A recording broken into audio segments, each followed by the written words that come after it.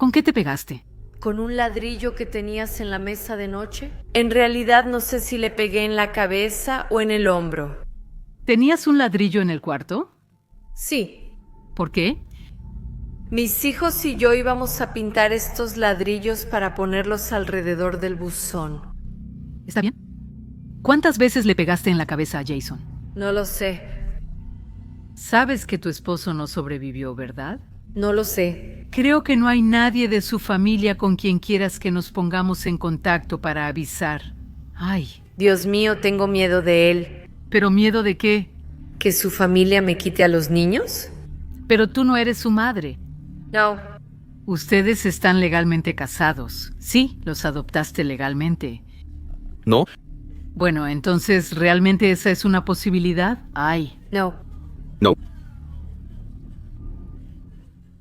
Jason era el irlandés que perdió a su esposa en un trágico incidente natural, un ataque de asma. Él empezó a criar solo a sus dos hijos pequeños, Jack, de 2 años, y Sarah, de apenas 12 semanas. En ese momento, para ayudarlo con las tareas del hogar, decidió contratar a una niñera.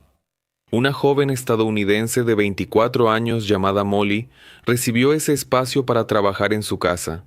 Con el tiempo, los dos se involucraron, comenzaron una relación, se casaron y toda la familia pasó a vivir en Estados Unidos.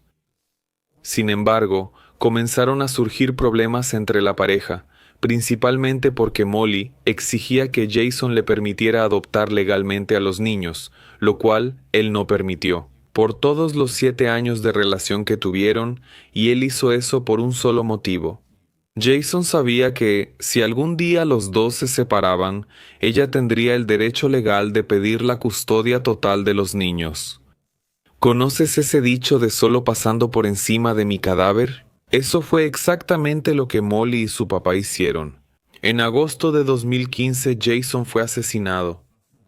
Este caso está lleno de detalles y giros inesperados. Ya se pueden dar una idea de eso por la duración del episodio.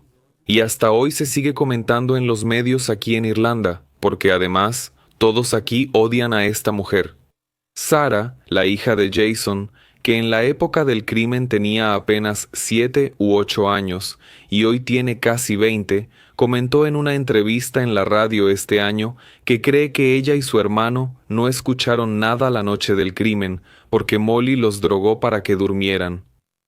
Así que prepárense. Y porque hoy conocerán el caso de Jason Colbert y Misterios. Quiero invitarlos a mi nuevo canal llamado Archivo Misterio Compilados, donde estoy juntando varios casos criminales por temas, por 2-3 horas sin parar. Entonces, pueden encontrar ahí casos compilados, asesinos seriales, casos compilados, acosadores, crímenes brutales, crímenes brasileños, aplicaciones de citas. El enlace del canal está en la descripción. Solo haz clic en seguir y activa las notificaciones. Mensaje dado. Vamos entonces al caso de hoy.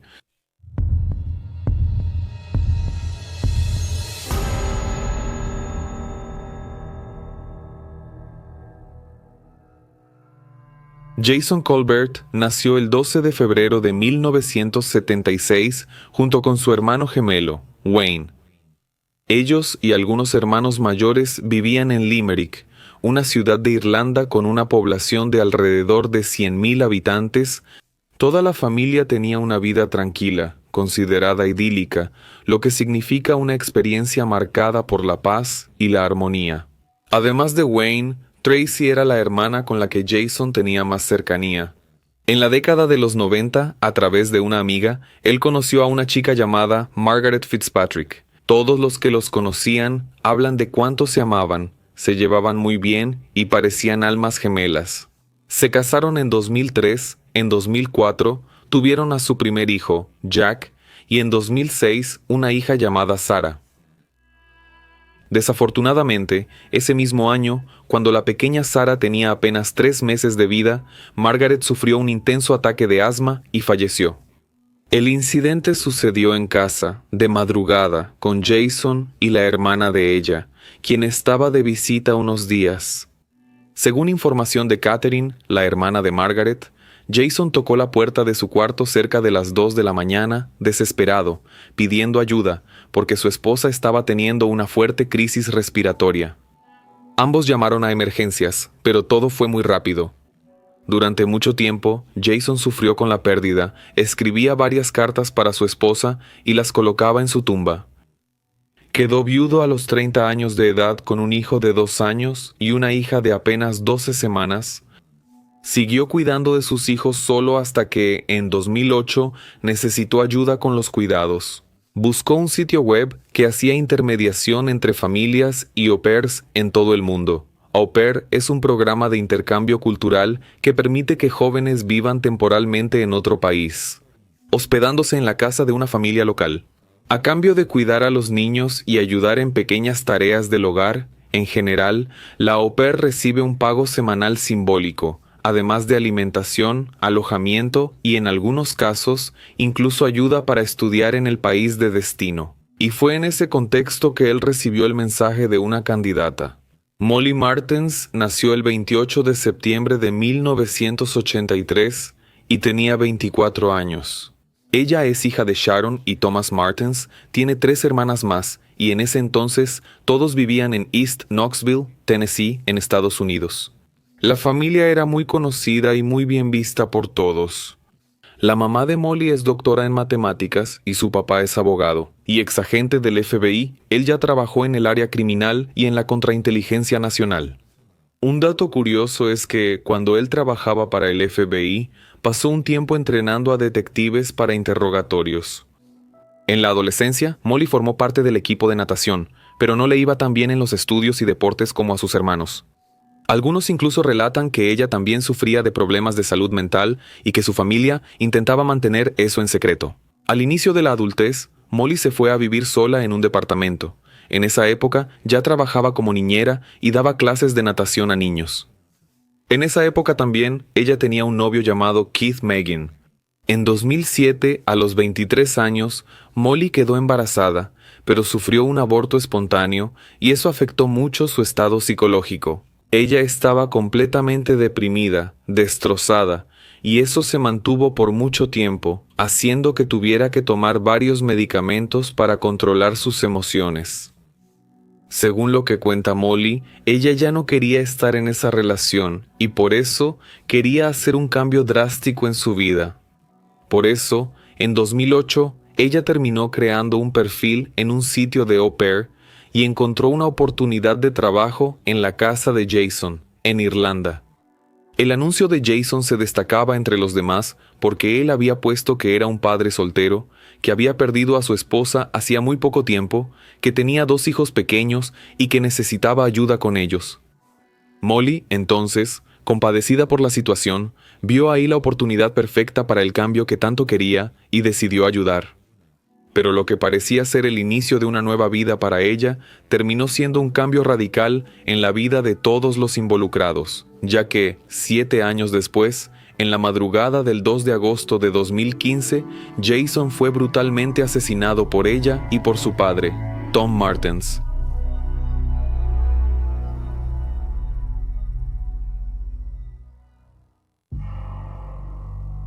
La llegada de Molly a Irlanda fue prometedora.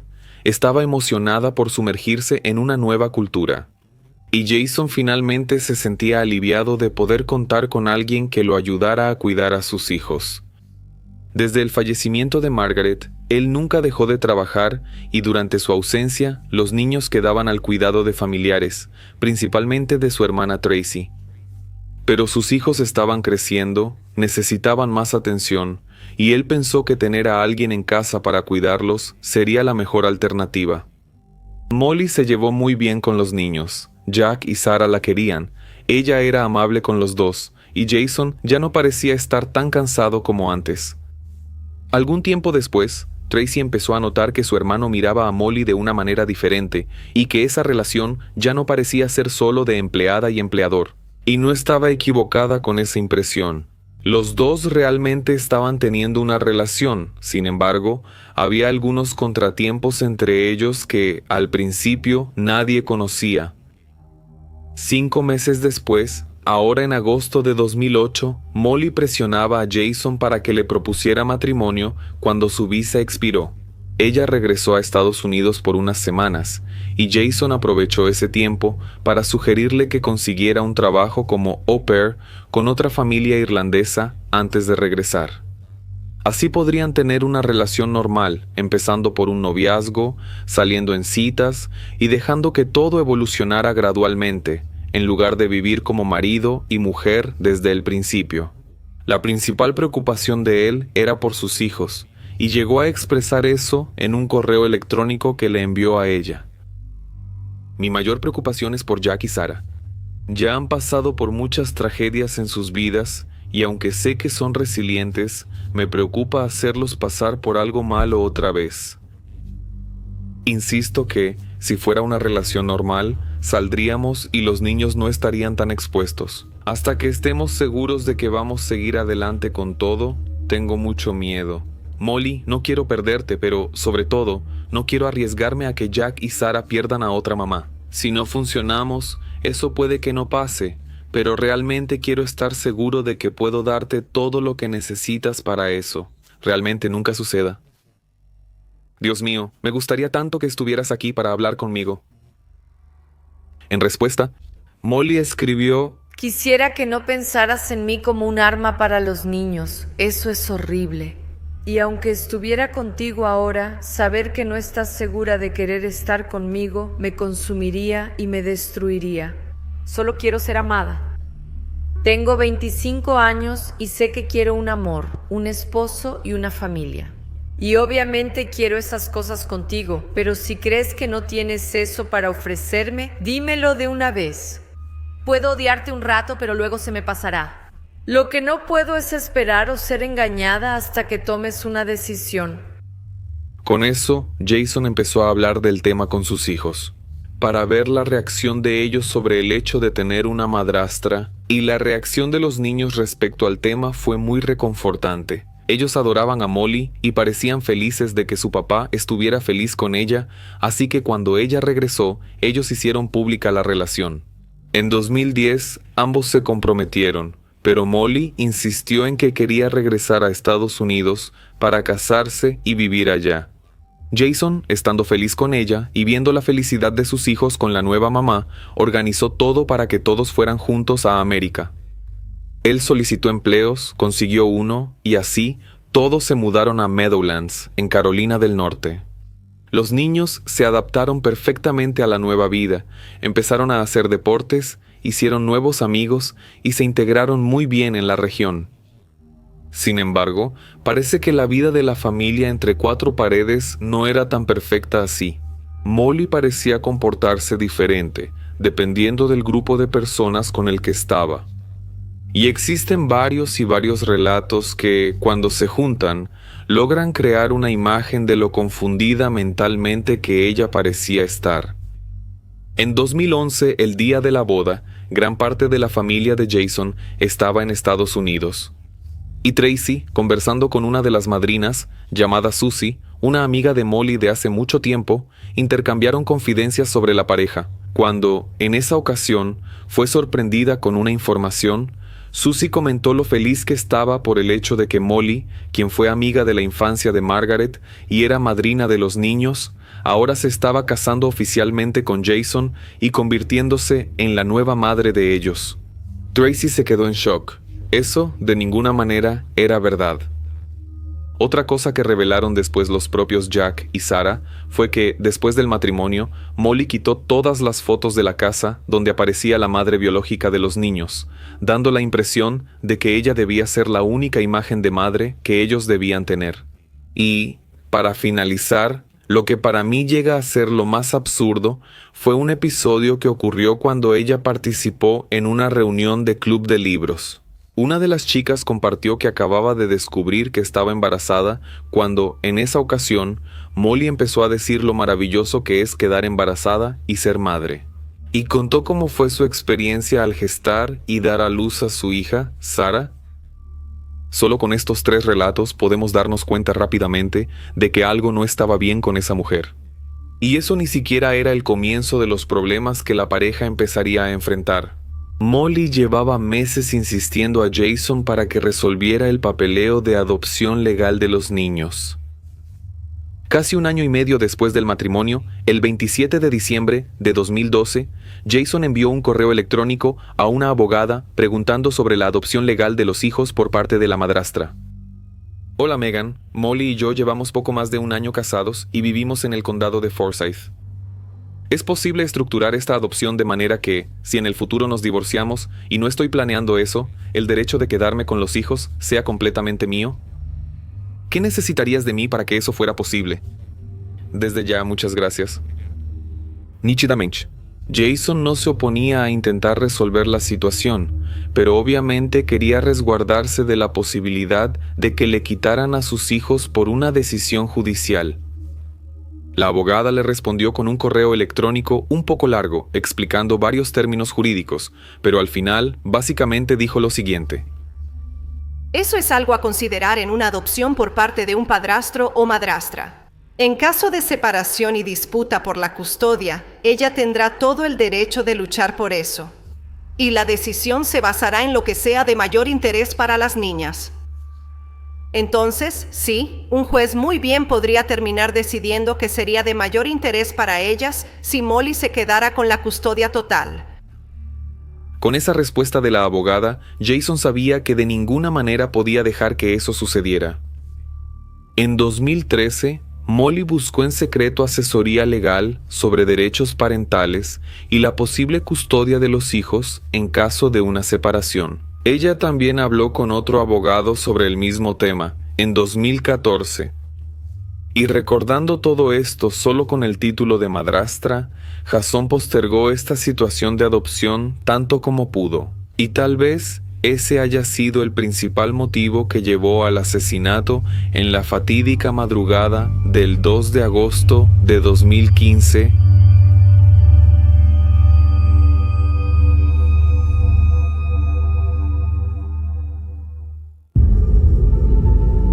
A las 3 de la mañana del 2 de agosto de 2015, el padre de Molly, Tom, llamó al 911 informando que Jason estaba gravemente herido. Él dijo que había intervenido durante una pelea seria entre él y su hija, que por un instinto de defensa terminó atacándolo con un bate de béisbol y que probablemente fue fatal.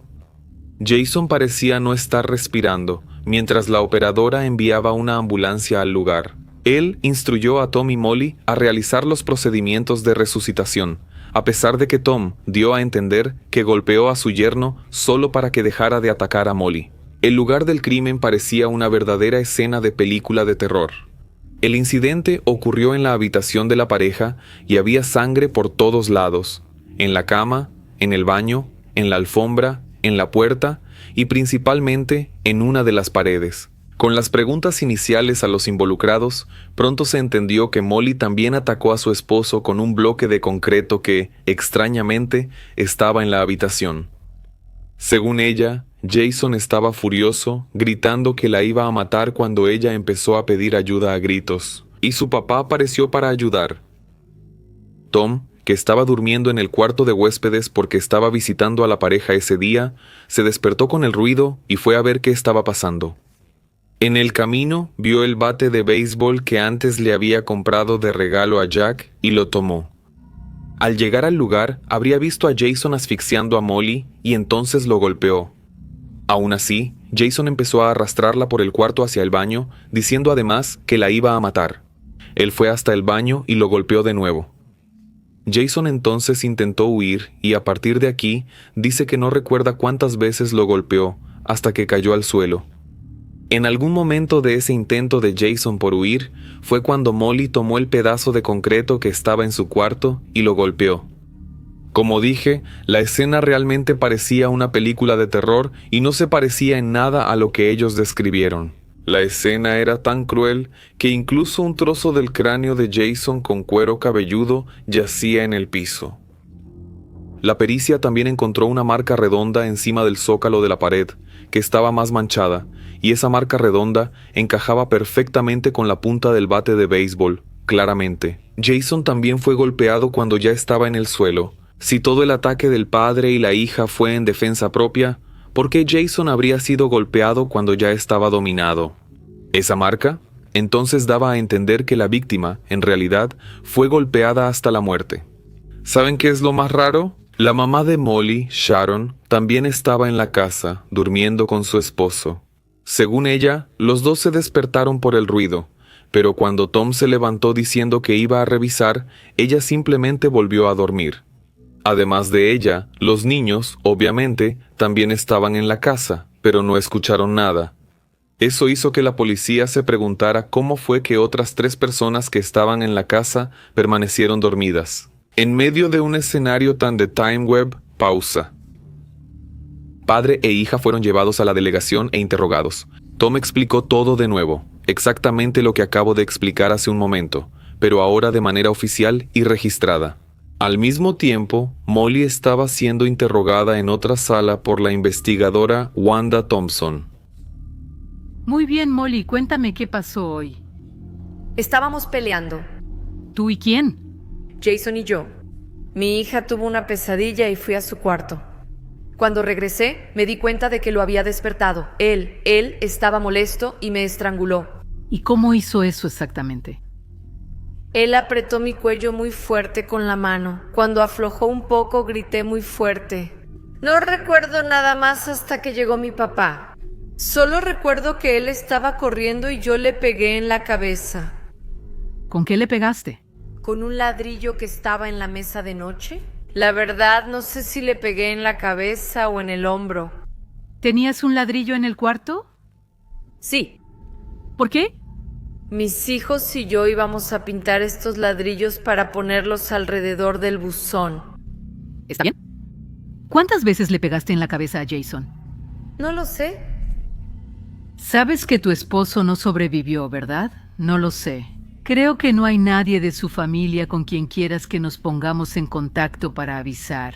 Ay. Dios, tengo miedo de él. ¿Miedo de su familia? ¿Quitarme a los niños? Pero tú no eres su mamá. No.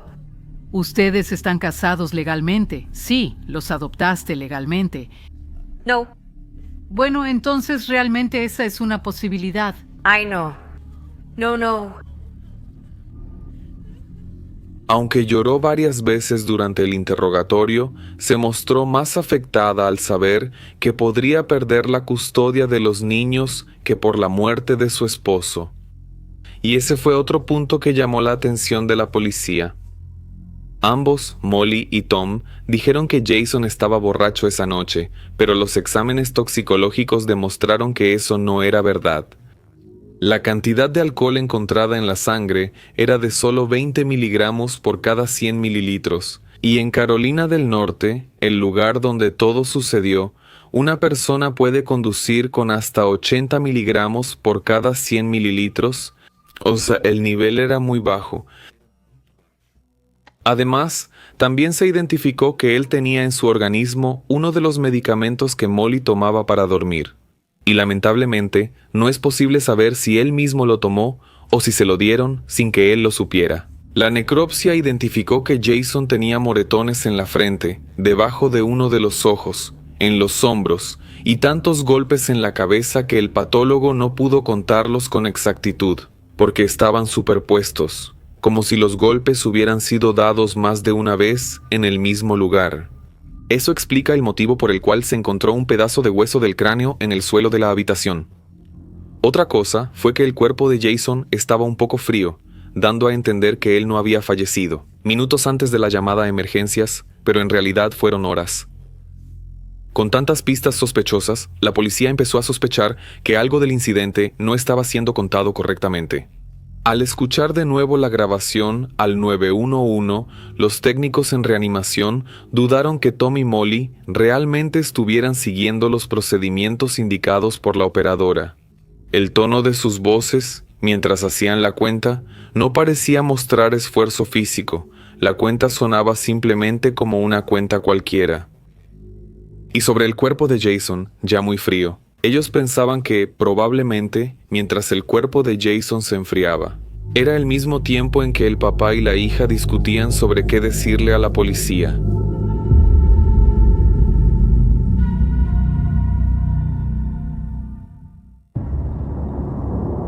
después de que Molly y su papá fueron liberados del interrogatorio y que la casa fue liberada después de la pericia.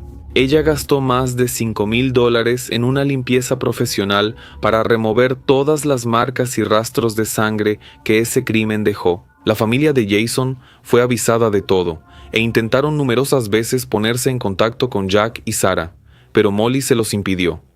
Tracy, hermana de Jason, y su esposo David tomaron el primer vuelo a Estados Unidos.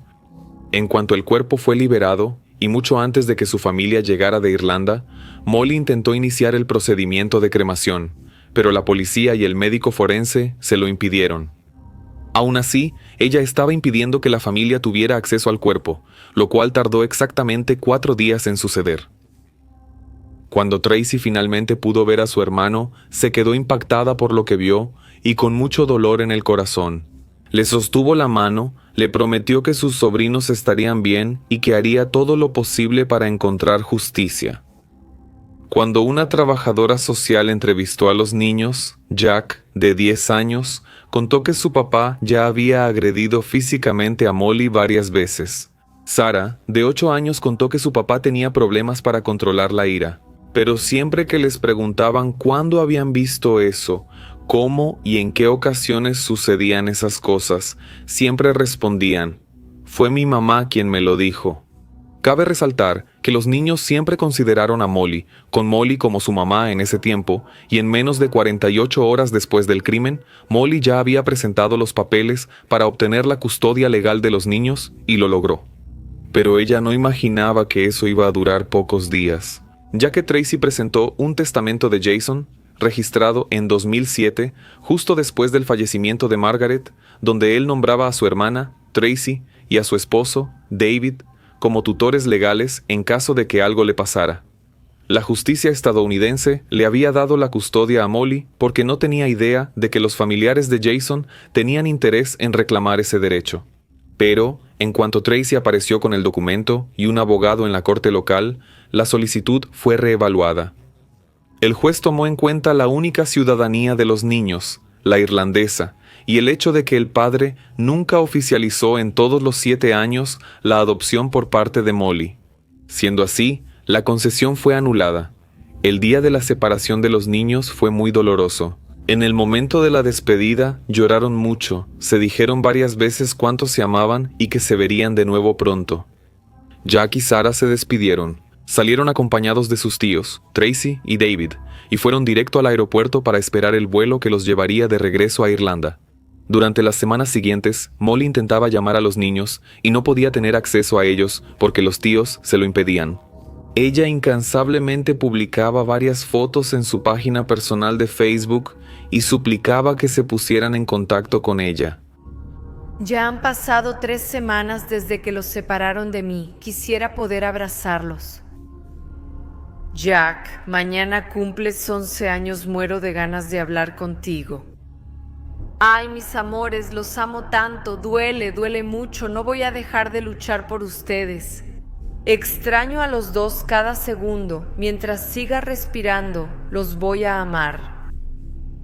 Por favor, mis amores, encuentren una manera de ponerse en contacto conmigo. Todo este movimiento hizo que Tracy le enviara una carta de cese y desistimiento, que es un documento extrajudicial utilizado para avisar a alguien de que debe dejar de realizar una determinada acción considerada indebida o perjudicial.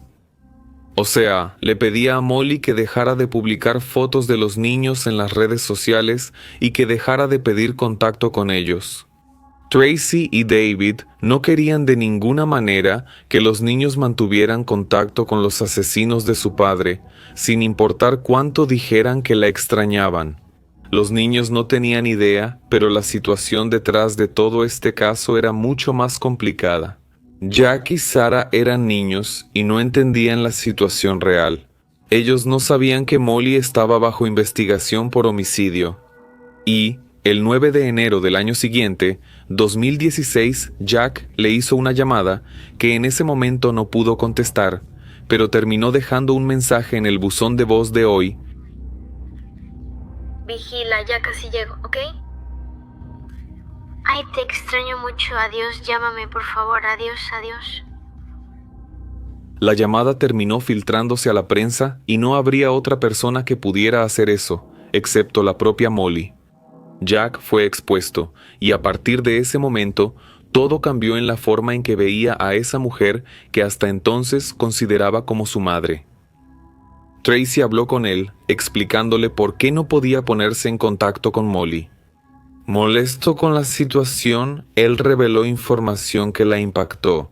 Él dijo que había sido orientado por su madrastra a decir cosas específicas en la declaración para la policía, y eso es muy fácil de comprobar. Tanto es así que, en el testimonio de ambos, varias veces, cuando la trabajadora social pregunta cosas como ¿tú presenciaste eso? ¿Cómo sabes eso? La respuesta de ellos siempre era «mi mamá me lo dijo». Por eso, se organizó un nuevo testimonio de Jack para ser recogido en esta nueva declaración. Durante una llamada en línea de Irlanda a Estados Unidos, Jack, acompañado de una psicóloga, reveló que nunca vio a su papá ser agresivo con Molly. Él también destacó que Molly dijo que posiblemente sería arrestada por ese accidente y que dependía de él para ayudarla a que eso no sucediera. Con todo eso, él se quedó completamente confundido y no quería de ninguna manera perder a una segunda madre así. El 5 de enero de 2016, Molly y Tom fueron oficialmente acusados de homicidio en segundo grado y homicidio culposo voluntario. Fueron arrestados, pero liberados tras el pago de una fianza de $200,000 cada uno para esperar el juicio en libertad. Con el pago de la fianza, el tribunal ordenó que ambos entregaran sus pasaportes, y ahora estarían oficialmente prohibidos de intentar contactar a cualquiera de los hijos de Jason, de cualquier manera. Llamada, correo electrónico, mensaje en redes sociales, nada. Molly negó haber orientado a cualquiera de los niños e incluso desacreditó el método de la nueva entrevista, ya que todo tuvo que hacerse en línea. Según ella, la policía estadounidense tendría toda la posibilidad de enviar a un responsable hasta Irlanda para tomar la declaración, personalmente. Y por el hecho de que ningún oficial estuviera junto a Jack en el momento de la entrevista, ella alegó que él podría estar siendo manipulado por sus propios familiares.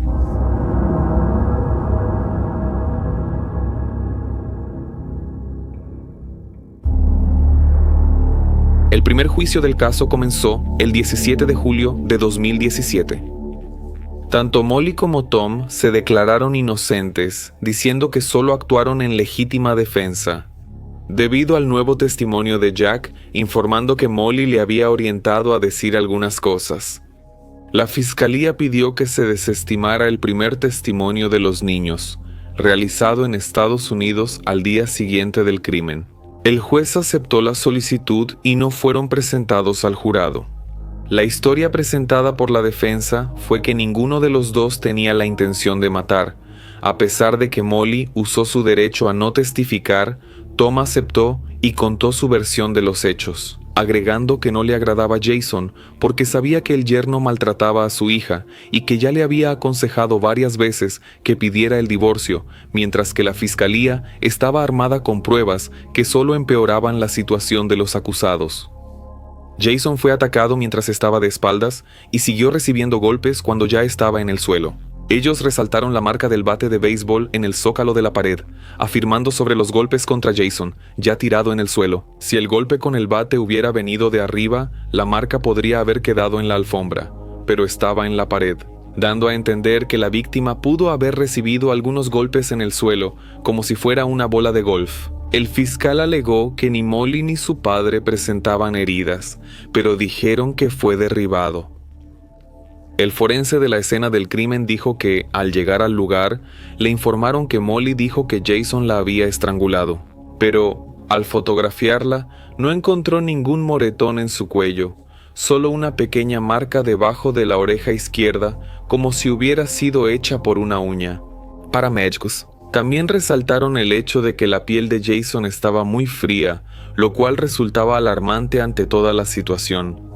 Eso porque, aunque Molly y el papá decían que llamaron a emergencias en cuanto todo sucedió, el cuerpo decía lo contrario. La frialdad orgánica indicaba claramente que ya había pasado algún tiempo hasta que la policía fue llamada.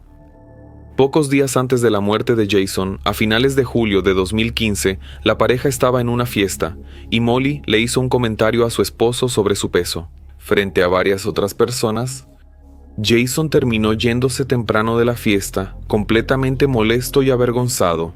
Esa información llegó a través de un testigo que, en la época de la investigación del caso, envió el siguiente mensaje al Facebook Messenger de Tracy. Jason y Molly estaban en una fiesta el viernes antes de su muerte y ella lo estuvo menospreciando todo el tiempo. Ella lo llamaba gordo y decía que debería consultar al mismo nutriólogo que su hermano, porque él comía como un cerdo y parecía que comía por dos. La familia de él cree que eso fue la gota que derramó el vaso en su relación, y que ese habría sido solo uno de los muchos motivos que lo llevaron a empezar a planear su regreso a Irlanda. Y eso encaja perfectamente con otra cosa que la investigación ya había descubierto. Semanas antes de la muerte, Jason había transferido $60,000 a su cuenta bancaria en Irlanda el 9 de agosto de 2017. Con menos de un mes desde el inicio de las audiencias, el jurado deliberó por menos de 4 horas y llegó a una decisión unánime de que Molly y Tom eran culpables. Ambos fueron condenados a un mínimo de 20 y un máximo de 25 años de prisión. Inconformes con la decisión, la familia de los acusados buscó a otros abogados para solicitar una revisión del caso, alegando varias cosas que fueron ocultadas en las audiencias y que los perjudicaron en el juicio, presentando ahora información sorprendente, hasta entonces no divulgada. A pesar de que la defensa comentó que, el día del crimen, Jason estaba actuando bajo furia, en ningún otro momento del juicio se expuso con más detalles al 2. Sharon, la madre de Molly, había creado una palabra clave para los niños, para que en cualquier momento durante una llamada con ellos, dijeran esa palabra clave, que era pavo real. Ella sabría que algo estaba pasando entre la pareja y correría a ayudar.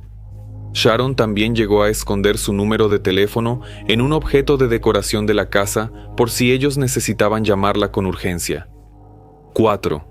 En el primer testimonio de los niños, ellos llegaron a hablar sobre esa palabra clave y el número escondido en la casa. Pero, debido a que la grabación fue desconsiderada, nada de eso fue abordado. 5. Tom llegó a comentar que, en una ocasión, habló con Mike, el papá de Margaret, la primera esposa de Jason, cuando él confesó que creía que su hija no había fallecido por un ataque de asma, sino que había sido asesinada por Jason.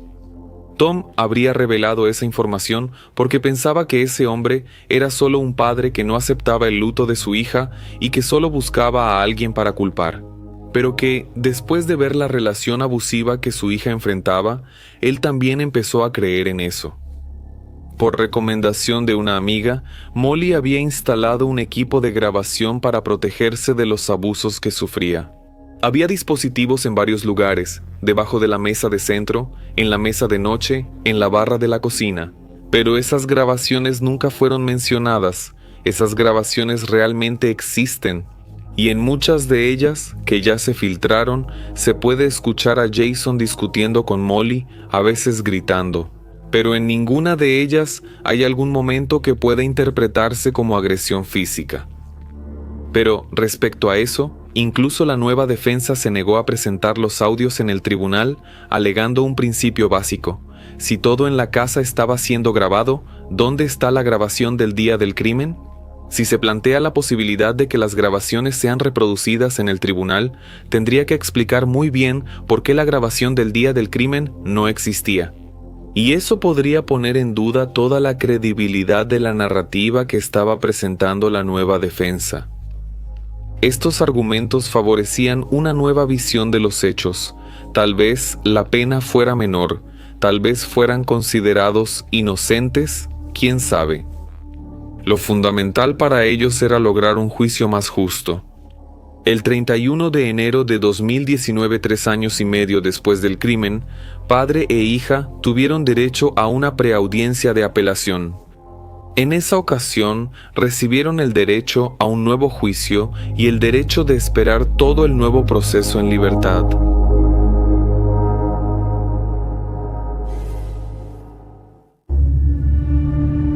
El nuevo juicio comenzó en octubre de 2023 y el motivo principal de que tardara casi 5 años en volver a empezar fue la suspensión de los tribunales. Durante el periodo de la pandemia, la defensa insistió en la narrativa de que Molly fue asfixiada esa noche y alegaron que, a veces, cuando una persona es estrangulada por mucho tiempo, puede perder el control de la vejiga.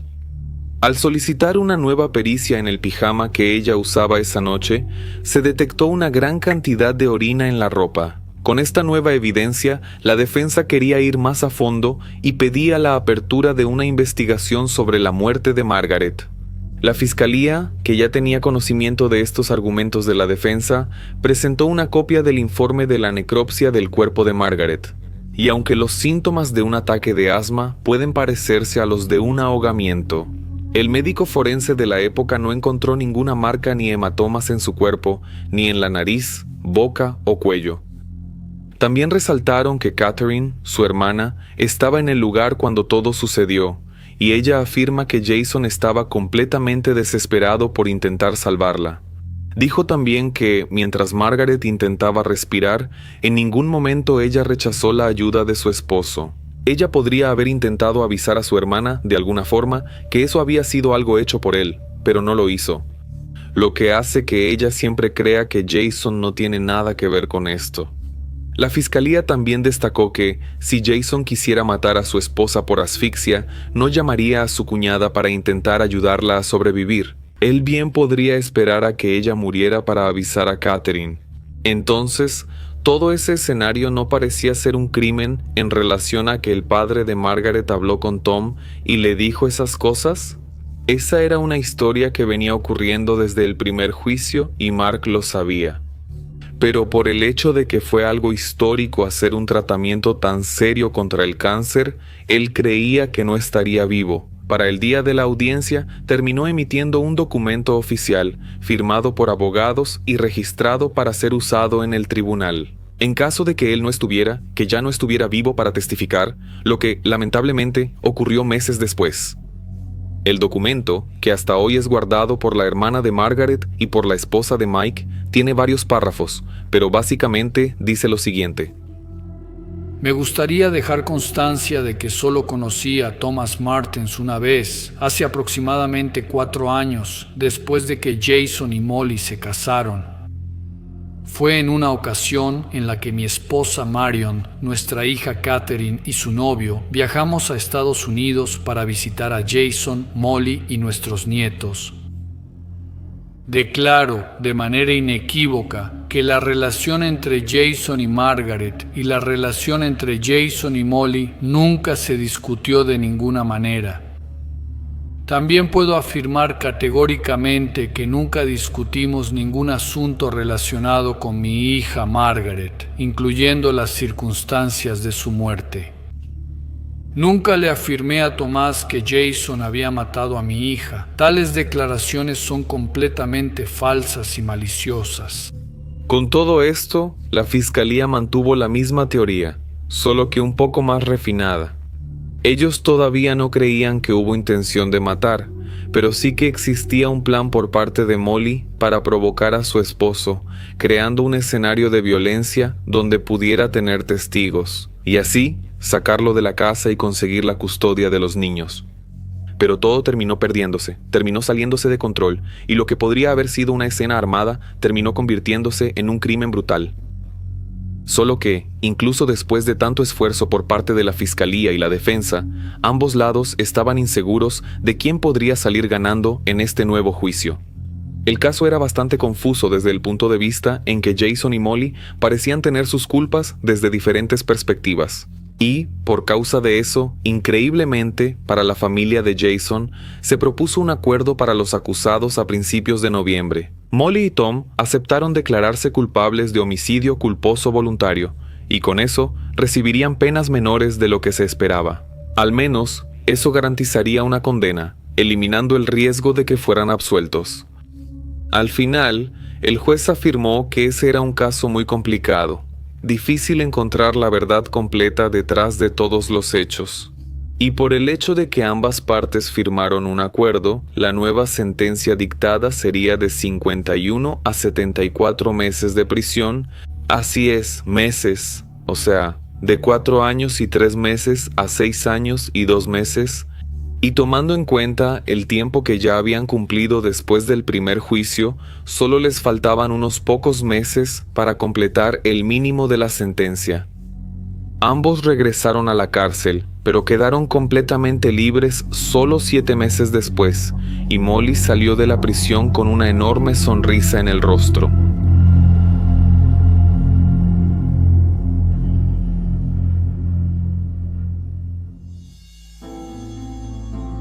Netflix hizo un documental muy completo sobre este caso. Incluye la participación de Jack, Sarah, Tracy, David, la familia, Margaret, investigadores, abogados defensores y fiscales, así como del propio Tom y de Molly. Un documental que recomiendo altamente que vean para que tengan más fundamentos para sacar sus propias conclusiones.